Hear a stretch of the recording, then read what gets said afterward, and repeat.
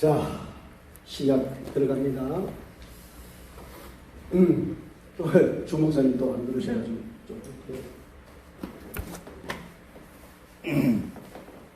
찬송 하나 더 해. 찬송 하나 더. 주의 이름을 부르는 자는 구원을 얻으리로다. 할렐루야. 주의 이름을 부르는 자는 구원을 얻으리로다. 할렐루야. 할렐루야. 구원을 얻으리로다. 할렐루야.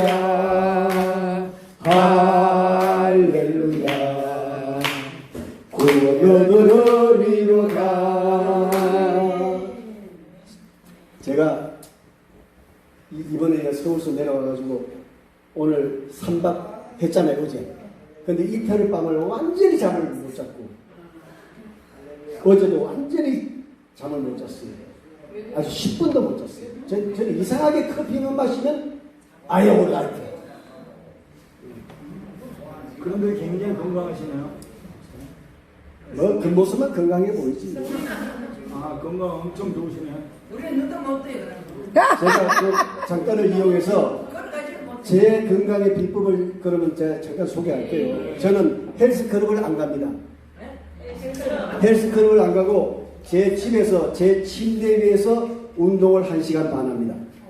그리고 바깥에 나가서 우리 집 주위를 1시간 걷고 우와. 침대에서 1시간 반 하는데, 첫째 배를 빼주는 운동이 침대에 누워서 두 다리를 그대로 들어 올렸다가 내렸다가 올렸다 내렸다 하면 여기에 70이 돼도 여기 근육이 생겨요. 네.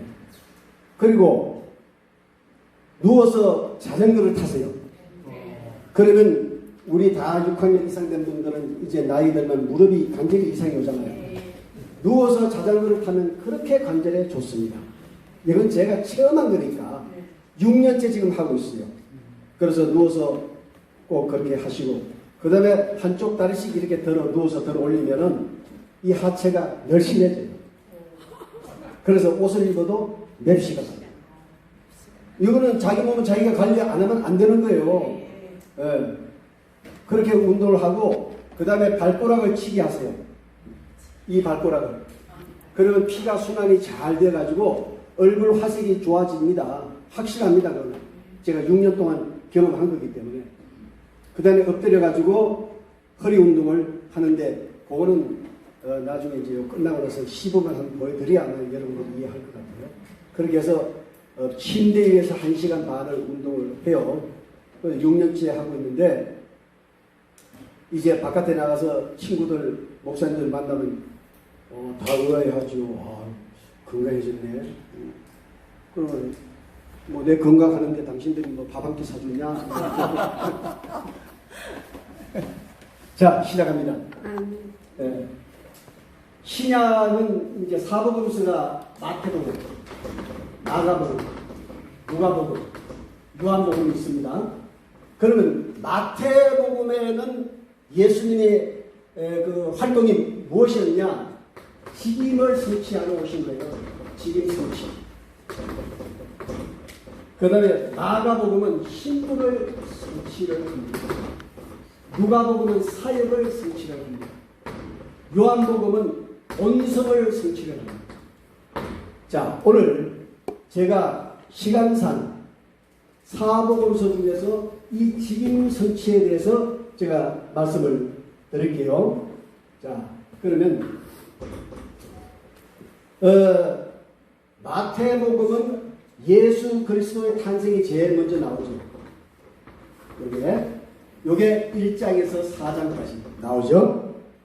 그래서 여기에 족보가 쫙 나오잖아요. 그러면 이 예수 그리스도가 어떻게 탄생을 했는가? 우연히 탄생을 했느냐? 갑자기 오셨느냐? 어떻게 오셨을까요? 언약대로 오신 거예요. 언약대로. 아담에게 언약한 그 언약이 아브라함에게 계승되고, 아브라함이 이삭에게 야곱에게 계속해서 혈통을 쫓아서 예수 그리스도가 이 땅에 오신 겁니다. 그래서 이게 1장 1절에 딱 기록이 되어 있어요. 아브라함과 다윗의 자손 예수 그리스도의 세계라. 이렇게 해서 예수님은 철저하게 언약대로 오셨어요.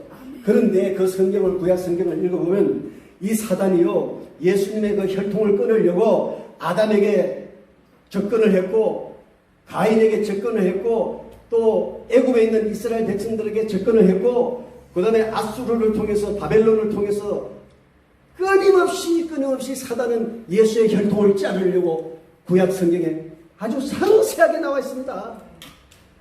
그래서 하나님은 그 혈통을 계속해서 이어가시고 사단은 그것을 계속해서 끊으려고 하고, 그러다가 결국은 계시록에 와서 사단이 일이 나는 거죠. 자, 그러면 언약대로 예수가 오셨고, 그러면 이 예수님이 마태복음에서 직임을 성취하러 오셨다고 그러는데 무슨 직임? 제사장 직임. 이게 26장에서 28장입니다. 예수님은 구약의 마지막 제사장으로서 마지막 제사를 드리기 위해서 당신이 제사장의 직임을 가지고 오셨고, 당신의 몸을 하나님께 드리는 산제물로 당신의 몸을 가져오셨고, 그래서 십자가에 철저하게 못 박아서 피를 쏟으시고 살을 찢으셔서 하나님께 마지막 구약 제사를 드리는 겁니다. 그래서 십자가에서 예수님이 운명하실 때 한마디 하셨죠. 내가 다 이루었다. 성취하셨다. 그 말입니다. 구약의 모든 것을 성취했다. 그걸 선포한 거예요. 그러면 구약의 모든 사건들은 노아의 방주의 사건이나 유월절 사건이나 성막 사건이나 불뱀 사건이나 모든 구약의 그 유명한 사건들은 다 무엇을 의미하느냐? 예수 그리스도를 모형으로 보여주신 거예요. 아, 이렇게 예수가 앞으로 올 것이다 하는 것을 구약에서 다 모형으로 보여주신 거예요. 그러면 여러분 하나 물을게요. 구약의 복음서가 어딘지 아세요? 목사님은 다 아시니까 우리 선교사님 제일 만만하다. 모르시죠? 구약의 복음서. 땡. 자, 제가 답을 드릴게요. 구약의 복음서는 레위기입니다. 우리가 성경을 읽다가 어디에서 걸려 넘어져요? 레위기에서 다 걸려 넘어져요. 도대체 이건 뭘 얘기를 하는 건지 그냥 답답하고 심심하고 아이고 고통스러워 자기 그냥 막 쏟으시잖아요. 그게 레위기에 와서 다 걸려 넘어져서 성경 읽기를 다 중단해요. 그런데 알고 보면 구약의 복음서는 레위기입니다. 이걸 개론으로 제가 말씀을 드리면 구약의 레위기는 제사법이 나와요. 제사법이 나오는데 이 제사가 5가지가 있어요. 첫째는 번제가 있어요. 둘째는 소제가 있어요. 셋째는 한옥제가 있어요. 넷째는 속제제가 있어요. 5번째는 속건제가 있어요. 이게 구약의 제사 방법이에요.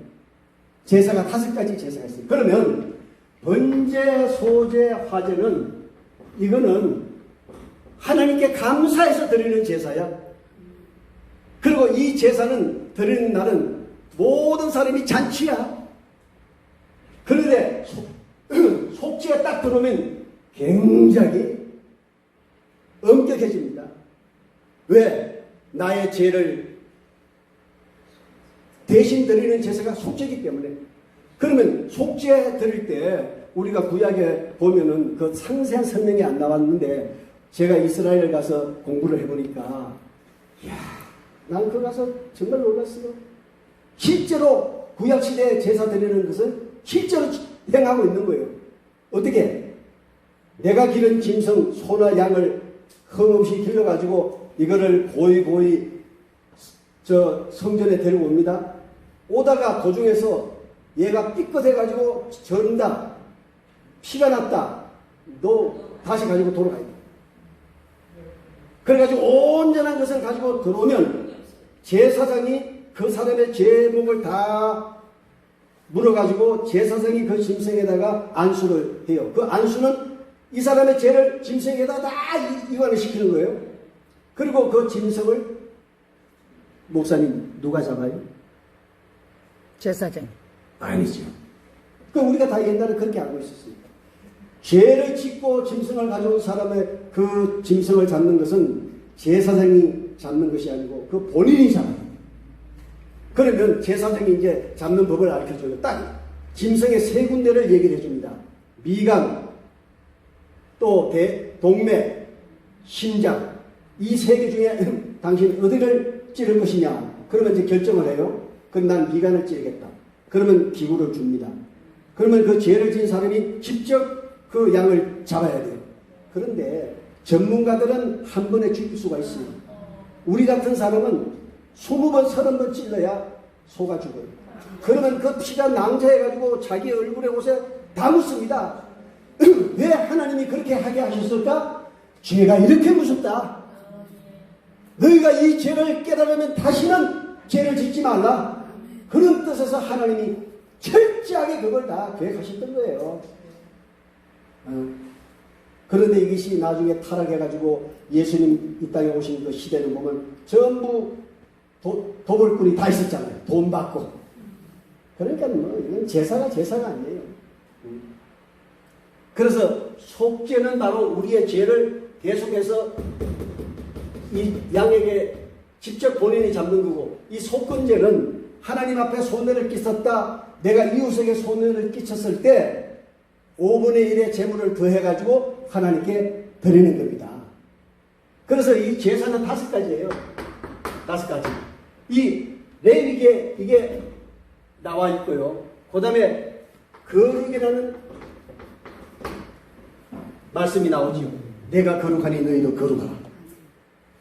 거룩하라 그러면 다들 그냥 움츠러져. 아유, 내가 어떻게 거룩하지? 이걸 우리가 오늘날 교회에서 잘 안 가르쳐 줘가지고 이 거룩 앞에 가면 그냥 사시나무가 떨듯이 떠는 거예요. 거룩은 우리가 못 지킬 것을 하나님이 우리에게 하라고 하신 것이 아닙니다. 거룩이라고 하는 것은 구별하는 것입니다. 구별. 내가 죄 있다면 내가 한 발 죄 밖으로 나오라는 거예요. 아멘. 구별하라는 거예요. 세상과 구별해야 됩니다. 아멘. 이 구별이 바로 거룩이라는 거예요. 그러니까 어렵지 않아요. 그리고 생활 규례가 있어요. 생활 규례가 있는데 이 생활 규례는 7대 절기가 나옵니다. 유월절, 무교절, 초실절, 오순절, 그 다음에 나팔절, 그 다음에 속죄절, 그 다음에 장막절. 이렇게 7개 절기가 있는데 이 레위기에서는 이 생활 규례 중에 유월절, 무교절, 초실절, 오순절, 나팔절, 속죄절, 장막절을 아주 이 절기가 딱 돌아오면 이스라엘 모든 백성들은 전부 이 절기에 다 동참을 하는 거예요. 그러면 이 3개 중에 가장 3대 절기를 유월절과 오순절과 장막절입니다. 이 장막절은 농사꾼들에게는 수장절이라고도 해요. 농사를 지어서 이제 전부 양식을 저장합니다. 또 초막절이라고 해요. 그리고 우리가 영적으로 얘기하는 것은 장막절. 계시록에 보면 전부 하늘, 성소, 장막 다 나오잖아요. 이 3가지로 불러요. 오순절은 실질절이라고 해요. 왜냐하면 여기서 여기까지가 49, 그 다음 날이니까 오순절. 또 맥추절이라고도 해요. 이때가 보리농사를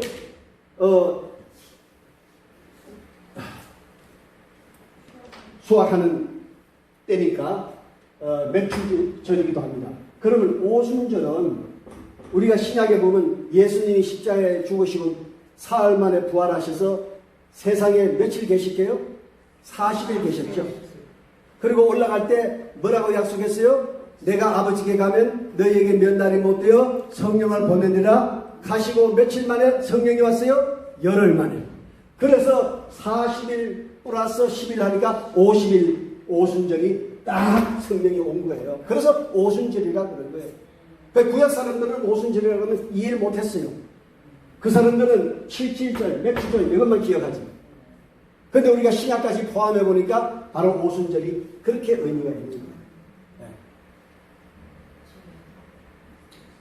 그래서 이 3대 절기를 가장 이스라엘 백성들이 아주 귀중하게 여겼던 것을 우리가 볼 수가 있고요. 그래서 레위기는 구약의 복음서입니다. 구약의 복음서. 이걸 이해를 하면은 너무 이게 기가 막힌 은혜가 있어요. 이 레위기 속에. 자, 그러면 진행을 합니다. 마지막 제사장으로서 마지막 자기의 몸을 하나님께 드려서 제사를 드립니다. 그 다음에 예수님이 두 번째 직임, 선지자. 예수님이 오셔가지고 마지막 선지자로서 예언을 다 하잖아요. 내가 아버지께로 왔다. 그러나 내가 십자가의 고난을 받고 내가 죽을 것이다. 그리고 내가 사흘 만에 부활할 것이며 내가 아버지께 갈 때 성령을 세상에 보내실 것이고 그리고 내가 다시 이 세상에 재림하실 것이다. 다 선지자로서 이게 마지막 선지자니까 예수님이 다 예언을 하셔요. 그래서 마지막 선지자로 예수님이 사역을 하시는데 바로 5장에서 16장 17절까지입니다. 그리고 세 번째 직임 왕이에요. 왕의 직임을 감당하기 오셨는데 이게 16장 18절로 25장까지입니다. 목사님 예수님이 이 땅에 오셨을 때 왕 같은 모습이 안 보였잖아요. 안 보였죠. 그렇게 남노하고 베들레헴의 그 마구간에서 태어났고 맨날 그냥 그 모습이 초췌하고 정말 그 예수님의 신약 2000년 전 예수님 오신 모습을 누가 감히 왕이라고 그렇게 말할 수가 있어요. 왕으로 안 보이잖아요. 솔직한 얘기로. 그런데 예수님은 당신이 왕이라고 그랬어요. 어디에서? 그래서 태초에 천지 창조 때 빛이 있으나 하시되 빛이 있었던 것 같이 예수님이 이 땅에 오셔가지고 파도야 잠잠하라 하니까 그 파도가 천시도 잠잠해 저는 것을 우리가 보았죠? 만왕의 왕이었던 거예요. 더러운 귀신아 그 몸에서 나오라! 귀신이 나왔잖아요. 예수님의 사역 속에 모습은 왕의 모습이 하나도 없었지만은 그 입술에서 나오는 말씀이 만왕의 왕 만주의 주였다는 것을 우리가 확인할 수가 있었던 겁니다. 그렇게 해서 이제 마태복음은 이 세 가지 직임을 예수님이 다 수행을 하셨고요. 사도행전 여기는 언약한 대로 성령이 오셨어요. 오순절날. 그러면 성령이 오셔가지고 제일 먼저 하신 일이 무엇일까요? 교회를 세웁니다. 교회를 창립합니다. 교회를 창립해요. 어디 교회를요? 예루살렘 교회를. 예루살렘 교회를 창립하는데 이게 사도행전 1장에서 8장까지 보면 그대로 창립하는 장면이 나와요. 그 다음에 또 한 무리가 또 흩어져 나가요. 어디로? 이방으로. 여러분 저 그리스 그 다음에 터키 소아시아 그쪽으로 막 나가서 교회를 세우잖아요. 이게 9장에서 21장 17절에 나와요. 세 번째 교회를 어디에서 창립을 해요? 로마에서 창립을 해요. 여기에는 사도 바울이 스스로 죄인이 되어서 로마로 건너가기를 소원했어요. 그래서 왕에게 호소해서 당신이 호송줄로 묶여가지고 로마로 건너가서 사도 바울이 사형을 당하기 그 순간까지 감옥에서 제라탁에서 가택연금을 당하면서 복음을 전개했는데 거기에서 로마 교회를 세운 거예요. 로마 교회는 21장 18절로 28장까지. 자 보세요. 예수님이 그냥 오신 게 아니잖아요. 철저한 계획을 가지고 오셨잖아요. 그래서 예수님이 성령을 보내가지고 120명에게 성령을 폭발적으로 주셨는데 그 무리들 속에는 각종 은사를 다 주셨어. 아멘. 아멘. 방언, 통역, 별거 다 주셨잖아요. 치료하는 은사, 어제 우리 목사님처럼 참 은사가 필요합니다. 예? 이 세상을 이기려면 은사가 절대적으로 필요합니다. 그러나 말씀과 더불어 받으시기를 축원합니다. 아멘. 자, 이렇게 해서 예수님이 직임을 성취해서 성령을 보내셔서 교회를 세웠는데 교회만 덜 세워놓고 예수님이 그냥 빠이빠이 해버렸으면 그 교회가 지탱이 되겠어요? 안 되지요. 그러면 두 번째 로마서에서 갈라디아까지가 세워진 교회, 창립한 교회를 양육을 합니다. 양육을 해요. 철저하게 양육을 해요. 칭의의 복음으로 양육을 하죠. 이게 칭의의 복음 양육하는 게 어디에 나와요? 로마서에 나오잖아요. 그 다음에 교회 생활로 양육을 해요.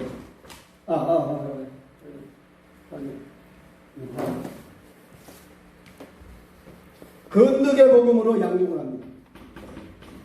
건덕의 복음으로 양육을 해요. 이게 고린도 전후서예요. 그 다음에 은혜의 복음으로 양육을 해요. 은혜의 복음으로 양육을 해요. 이게 갈라디아서예요. 이 내용을 읽어보면 전부 교회를 세우신 하나님이 양육을 하는데 로마서는 칭의의 복음으로, 고린도 전후서는 건덕의 복음으로, 갈라디아서는 은혜의 복음으로.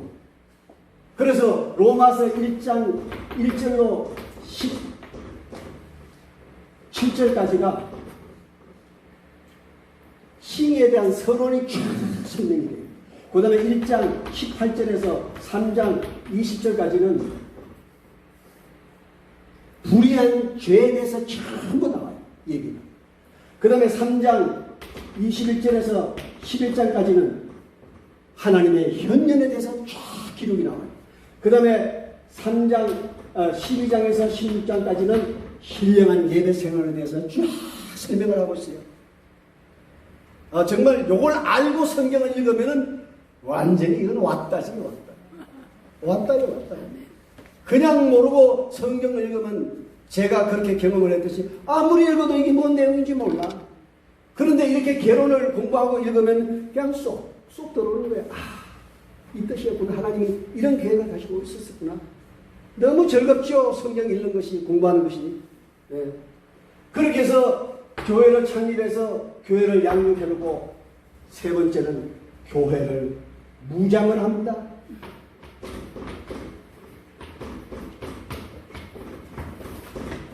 무장을 시켜요. 이게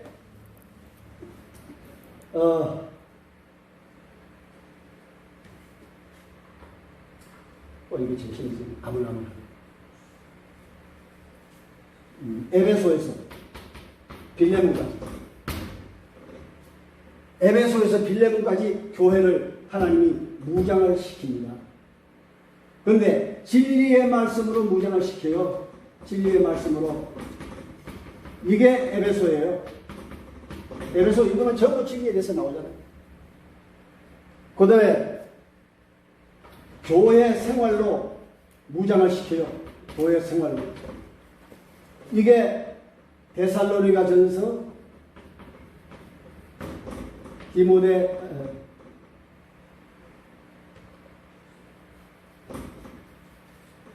빌립보서, 골로새서, 데살로니가 전서. 교회 생활로 철저하게 무장을 시키는데 빌립보서, 골로새서, 데살로니가 전서. 그 다음에 교회 체제로 무장을 시키는데 이것이 디모데 전후서, 디도서, 빌레몬서. 이렇게 해가지고 양육한 교회를 그 다음에 철저하게 무장을 성도들을 시키는 겁니다. 이래야 그 교회가 튼튼히 세워 가져겠죠. 이 예수님이 이 계획하시고 그 실천하시는 모습을 우리가 한번 보세요. 얼마나 철저하게 빈틈없이 이 교회를 세우시고 이 교회를 이끌어 가십니다. 놀랍잖아요. 그 다음에 마지막으로 교회를 투쟁을 시킵니다. 투쟁을. 이게 히브리서에서 유다서까지입니다. 유다서까지. 그러면 어떤 투쟁을 시킬까요? 유대주의가 투쟁을 시켜요. 유대주의. 이게 히브리서에서 다 나와요. 히브리서 읽어보면, 이걸 듣고 히브리서 읽어보면 그게 아주 쏙쏙 들어올 거예요. 유대인들이 지금 예수를 믿어야 안 믿어요? 안 믿죠. 그 불신자가 똑같은 거예요.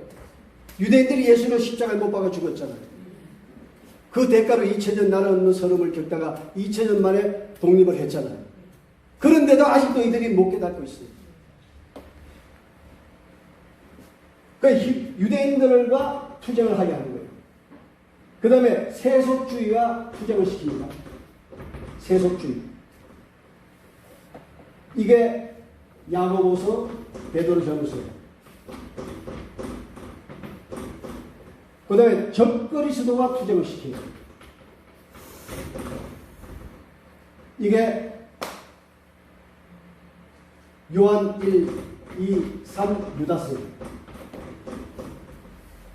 적그리스도. 요한 1에서 2장 28절인가 보면은 이런 말씀이 기록되어 있어요. 지금까지 적그리스도가 많이 나왔는데,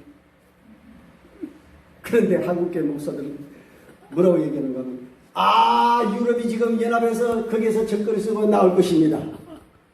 황당한 얘기거든요. 이 적그리스도에 대해서 우리가 먼저 이해를 해야 돼요. 적그리스도. 예수를 핍박하는 집단이 적그리스도예요. 별거 아니에요. 그러면 지금 인류 역사 속에 적그리스도가 얼마나 많이 나왔게요? 이 애국에서부터 아수르, 바벨론, 그 다음에 헬라, 로마, 이게 다 적그리스도 집단 아닙니까?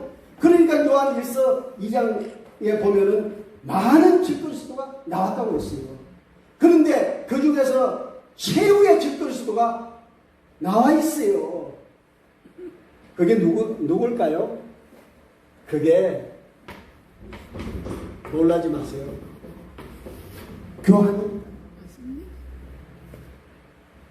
교황이요.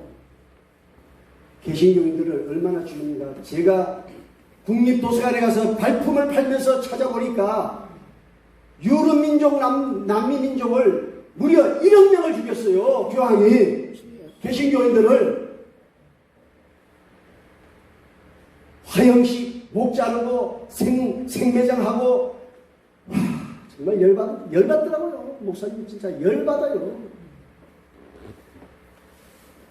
최후의 적그리스도가 교황입니다. 교황은. 그러면 사람들이 그래요. 아이고, 교황이 왜 적그리스도입니까? 지금 세계 평화를 내걸고 피치거리를 내걸고 지금. 평화는 위장술입니다. 그래가지고 모든 종교를 지금 하나로 모으잖아요. 거기에는 무속 종교도 다 구원이 있다고 다 받아주는 거예요. 이게 말이 됩니까? 여러분, WCC 이거 위험한 곳입니다. 그렇게 해서 양의 탈을 쓰고 평화를 위장해가지고 다 하나로 묶어가지고 그때부터 다시 본색이 드러나요. 그러면 계시록에 말씀하신 것처럼 666이라는 것이 그때 이제 나타날 겁니다. 죽음을 택할 것이냐, 666을 택할 것이냐. 이제 계시록에 가면 무서운 일들이 벌어질 거예요. 천주교인들한테는 미안하지만 여러분, 적그리스도는 성경에서, 다니엘서에서, 계시록에서 분명히 교황을 지목하고 있습니다. 그리고 역사적으로 봐도 교황은 철저하게 개신교인들을 다 죽였어요. 계시록에 보면요, 남은 자라는 얘기가 나와요. 이게 뭐를 얘기하는가 하면요, 중세 시대에 다 개신교회들이 죽고 남은 자가 있었는데 이들을 못 죽여서 교황이 세상 말로 미치고 환경을 했어요. 그런데 하나님이 이 남은 자들을 메인 플라워를 태워가지고 멀리 가거라, 멀리 가거라. 이래서 이들이 지금의 미국 땅에 들어와가지고 개신교회 국가를 세우신 겁니다. 그래서 오늘날 전 세계 개신교회가 다시 성공하게 된 것입니다. 이 적그리스도가 이걸 못 죽여가지고 그렇게 통탄을 한 거 아닙니까?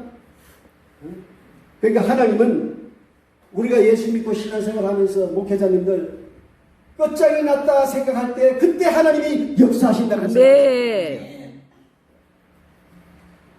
왜 하나님이 그렇게 역사하실까요? 별반 별 볼일 없을 때 일이 이루어지면요 내가 했다는 거예요. 내가 했어. 그래서 내가 복음이야. 하나님은 철저하게 낮추실 때는 낮추십니다. 아멘. 그리고 하나님이 일을 하시는 겁니다. 아멘. 그게 성경에 다 나와 있잖아. 아브라함에게 아들 주실 때도 그랬고 요셉을 하나님의 일을 시킬 때도 그랬고 성경에 보면 철저하게 하나님이 그들을 다 광야의 신학교에다 던져가지고 물로 연단하셔가지고 하나님이 일 시키지 않았어요? 다윗도 그랬잖아요. 사울에게 처절하게 쫓겨다니다가 하나님이 그 훈련을 다 과정을 겪고 난 다음에 이스라엘 나라의 왕으로 세우지 않아요? 그러니까 이 개신교회가 오늘날 살아가는 것도 이 남은 자들을 하나님이 번쩍 들어가지고 미국 대륙에다가 안착시켜가지고 오늘날 개신교회를 이렇게 풍성하게 이루어낸 겁니다. 네. 자, 이렇게 이제 적그리스도와 우리가 투쟁을 해야 됩니다. 그리고 이제 구약 성경, 신약 성경 마지막이 계시록이 있죠. 1장에서 3장까지가 7교회 계시를 하시죠. 에베소, 스무나, 버가모, 도아디라, 삭대, 빌라델비아, 라오디게아 7교회. 7교회를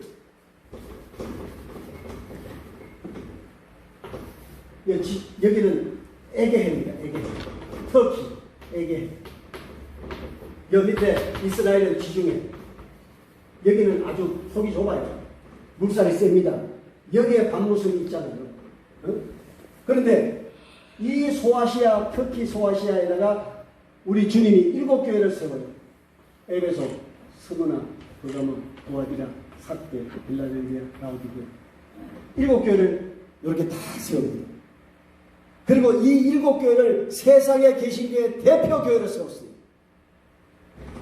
이 에베소 교회는 추후 34년에서 100년까지 이 에베소 교회의 역사입니다. 이때는 물을 가리지 않고 성도들이 복음을 전합니다. 로마가 핍박을 합니다. 10명을 잡아 순교시키면은 그 다음날 보면 100명이 불어나 100명을 죽이면 1000명이 불어나 할 수 없이 로마의 교황이 로마의 황제가 어떤 일을 벌이니까 종교의 자유를 선포합니다. 그래서 이 두 번째 교회는 100년에서 313년까지 이 자유를 주니까 그때부터 교회들이 그냥 기도도 안 하고 전도도 안 하고 자유를 주니까 그냥 다 그냥 주저앉아 버려요.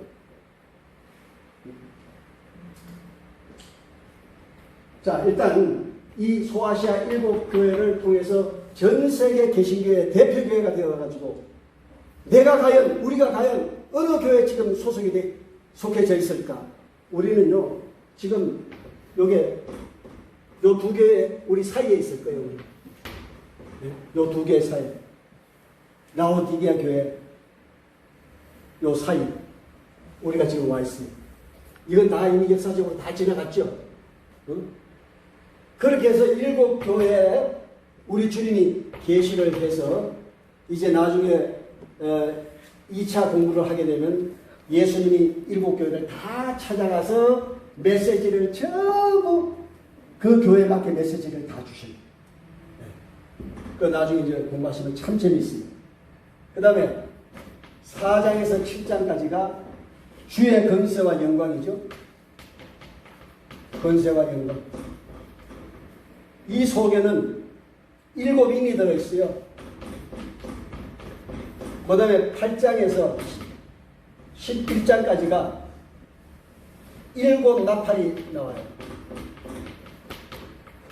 이 7인과 7 나팔은 예수님이 이 세상에 부분적인 심판을 하는 거예요. 그리고 12장에서 14장까지는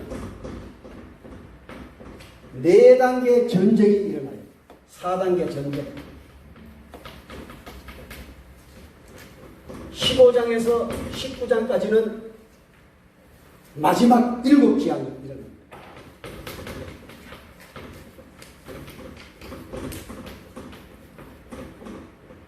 이게 이제 마지막 재앙이에요. 그리고 계시록 20장 11절인가요? 여기 보면 백보자 심판입니다.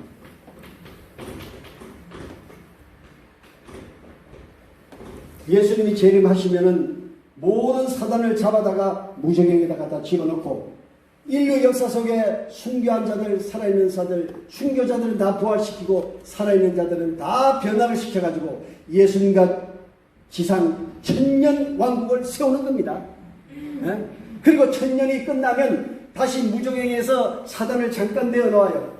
그러면 이것들이 룰루랄라하고 막 난리를 피우지요. 그때 백보자 심판이 일어납니다.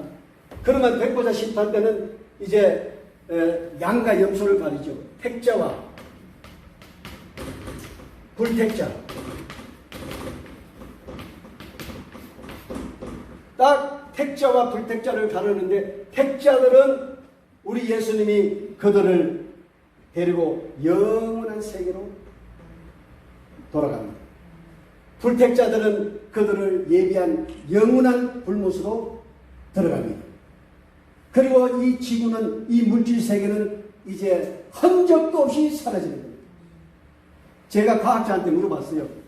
정말 여기에 대해서 내가 너무 궁금해가지고 핵분열이라는 게 과연 뭡니까? 하고 물어봤더니 현대과학이요.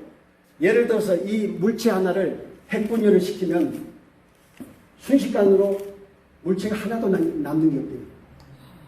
우리 인간 과학이 지금 이까지 왔어요. 그렇다면 천지 만물을 지으신 우리 예수님이 이 물질 만물을 다 핵분열 시켜버리면 다 사라지잖아요. 그리고 우리는 본래 영원한 세계 모습으로 남는 거예요. 이 영원한 세계 속에 끝도 없고 시작도 없는 이 영원한 세계 속에 하나님이 태초에 천지 만물을 세우시기 위해서 계획하셨는데 태초에 영원한 세계 속에 태초에 창조 시작 마지막 계시록 이걸 다 계획하셔서 이 영원한 세계 속에 물질 세계를 창조하지 않았습니까? 그리고 이제 그 임무가 다 끝나서 이거를 예수님이 마지막 백보자 심판을 통해서 염소와 양을 가르치고 이 물질 세계를 전부 다 온도 간대 없이 다 없애버려요. 그리고 택자들은 본래 영원한 세계로 돌아가요. 왜? 8장 잠언서 23장에 보니까 우리는 영원한 세계에 이미 있었고 하나님이 물질 세계를 창조할 때 그 영원한 세계에서 저와 여러분을 시대의 필요에 따라 이 세상에 보내주신 것입니다. 놀랍잖아요. 그래서 마지막 이 7 계시록을 통해서 이제 심판을 백보자 심판을 통해서 이렇게 영원한 세계로 되돌려 놓는 그러한 바로 사건이 이 계시록이다. 그래서 이제 마칠게요. 보세요. 구약은 이렇게 예수님이 이 땅에 오셔서 언약대로 오셨고 당신이 제사장 선지자 왕의 직임을 다 하셨고 그리고 예언하신 대로 이 땅에 예루살렘 교회, 이방 교회, 로마 교회를 세우셨고 그 다음에 창립된 교회를 양육을 했는데 칭의 복음으로, 건덕의 복음으로, 은혜 복음으로 그 다음에 이 양육한 교회를 진리의 말씀으로 교회 생활로, 교회 체제로서 아주 무장을 시켜가지고 그 다음에 무장된 교회 성도들이 유대주의와 투쟁을 하고 세속주의와 투쟁을 하고 적그리스도와 투쟁을 해서 주님 오시는 그날에 잘했다. 너희가 참 잘했다. 칭찬과 상급이 있는 저와 여러분 되시기를 축원합니다.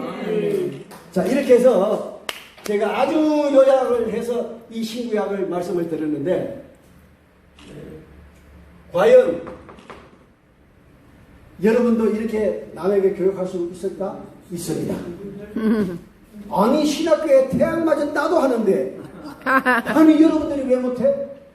그러면 제가 경험한 것을 이제 마지막으로 알려 드릴게요. 저는 신학교 다닐 때 성구를 솔직한 고백입니다. 50개도 못 외웠어요. 나 솔직한 고백이에요. 내 추한 모습을 여러분들한테 다 지금 내놓는 거예요. 59절을 못 외웠어요. 그런데 보십시오. 그 젊었을 때 35, 6 때도 59절을 못 외웠는데 그 59절마저도 나이가 65세, 70이 되니까 다 잊어버려요. 이게 이제 안 돌아가니까. 그런데 느닷없이 69세부터 73세까지 이렇게 많은 것을 다 여기서 넣었다? 이건 놀라운 사건이죠. 아멘. 여러분도 할 수 있습니다. 아멘. 제가 그 비결을 특별히 오늘 여러분들한테 밝혀요. 아멘. 아니요, 우리 남행달 목사한테 강의할 때도 이거 안 알려줬어요. 내가 그 강의를 제주도부터 계속해서 지금 하고 있거든요. 아무래도 밝히지 않았어요. 이 비법을 65세 넘어가면요, 60세가 넘어가면 외웠던 안구도 잊어버리는데 어떻게 이걸 다 외울 수가 있느냐. 제가 비법을 밝힙니다. 자, 간단해요. 저는 하나님께 기도했어요. 하나님, 나를 이 마지막에 사역을 감당하게 하시려면은 이걸 제발 제 머릿속에 좀 넣게 해주세요. 기도를 했어요. 그랬더니 어느 날 제게 지혜가 딱 왔습니다. 근데 제가 나도 모르게 무릎을 탁 쳤어요. 그래서 우리 딸한테 야, 너 오늘 들어올 때 A4 용지 한 1000장만 사가지고 옵니다. 아유, 아빠 뭔 A4 용지가 1000장이나 필요해. 아이, 사오라면 사오라. 그래, 그 1000장을 사다 놓고 집에서 이 내용을 앞뒤로 깨알같이 쓰기 시작합니다. 10장 쓰고 20장 쓰고 100장 쓰고 200장 쓰니까 80%가 이미 다 암기가 되어 있어요. 아멘. 할렐루야. 아멘. 자, 제가 무려 앞뒤로 400장을 썼어요. 400장을 쓰는데 얼마나 걸리느냐? 하루에 그저 한 2시간 정도 투자했는데 석 달에서 넉 달 사이에 100% 암기가 돼요. 이것뿐입니까? 제가 얘기했잖아요. 개론. 지금 우리가 한 게 개론이에요. 개간, 개성. 이게 다 또 한두 시간씩 다 내용이 나와요. 그것까지 다 들어온 거예요. 그러니 여러분, 태양 맞은 저도 할 수 있는데 여러분들이 왜 못하냐고. 그래서 제발 여러분들이 이것을 은혜로 받아서 여러분들의 것으로 만들어서 여러분들의 지역에서 많은 목회자들과 성도들에게 이 개혁복음을 전가하시기를 축원합니다. 네. 제발 축원합니다. 그래서 우리 한국교회가 개혁이 일어나야 됩니다. 아멘. 한국교회 지도자들이 말로만 개혁합시다 하고 방법을 몰라. 말만 그냥 하고 있어. 근데 또 내가 어느 지도자들한테 가서 이 강의를 했잖아요. 했더니 글쎄 아니라는 거죠. 여러분, 자기 것만 내 것이고 남의 것은 무시하는 이 세상. 저는 여기에서 오늘 신구약을 하면서 세상에 대한 어떤 철학이나 신학자들의 얘기나 아니면 내 어떤 경험이나 내 지식을 여기다 단 0.0001%도 저는 개입하지 않았어요. 100% 성경에 있는 진리를 그대로 여러분들에게 드립니다. 이걸 반대하고 나서면 그 자는 주님 앞에 큰 욕을 받을 거예요. 이렇게 해서 이 결혼 요약을 여러분들이 내 것으로 만들면 신구약 성경에 대한 자유함이 그냥 폭포수처럼 쏟아집니다. 그래, 우리 집사람이 어느 날부터인가 설교가 달라졌어. 할렐루야 사모님. 세상에 목사 마누라 같이 은혜 끼치기가 어려운 참 어렵습니다. 나 솔직히 고백할게요. 우리 아들, 딸, 저 마누라 앉혀놓고 주일날 제가 하도 기가 막혀서 찬송을 40분을 합니다. 이게 기본입니다. 주일날. 그러면 나는 힘들지요. 나이가 이렇게 됐는데 이거 40분간 찬송을 하려면 얼마나 힘들겠어요. 여러분 제 찬송하는 모습을 보셨죠? 저는 집에서도 온 동네가 다 떠나가도록 찬양을 해요. 처음에는 막 아이들이 막 거부를 해요. 그런데 어느 날부터인가 서서히 애들이 젖어가기 시작하더니 이제는 말씀을 꿀같이 받아요. 아멘. 이게 하나님이 하시는 거예요. 아멘. 그래서 저는 집에 칠판을 다 준비해 놓고 있어요. 누구든지 오면 그냥 펼쳐놓고 이걸 하는 거예요. 그냥 어디든지 가면 이걸 하는 거예요. 그래서 여러분들 제가 비법을 알려드렸죠? 누구나 할 수 있어요. 저도 하는데 여러분은 왜 못해? 태양 맞은 신학생도 했는데 여러분 못할 일이 뭐가 있냐고. 400장만 쓰세요. 시간 있을 때마다 쓰세요. 그러면 여러분들 머릿속에 마음속에 이 신구약 개론이 꽉 들어찰 것이고 괴간이 꽉 들어찰 것이고 개성이 다 들어가게 될 것이고 그리고 여러분들은 자유함을 얻어서 가는 곳마다 이 복음을 전할 수가 있습니다. 내가 여러분들보다 특별해서가 아니에요. 아마 오늘 여기서 뭐 시험을 본다든가 하면 내가 여러분들보다 이만큼 앞선 것도 없어요. 하나님이 나에게 이 늦은 나이에 이렇게 오죽 답답하셨으면 하나님이 나에게 이 길을 열어주셨을까. 여러분들을 만나게 하시려고 우리 함께 이 신구약 복음 개론을 꼭 내 것으로 만드셔서 여러분들 지역에서 꼭 강의할 수 있기를 주의 이름으로 축원합니다.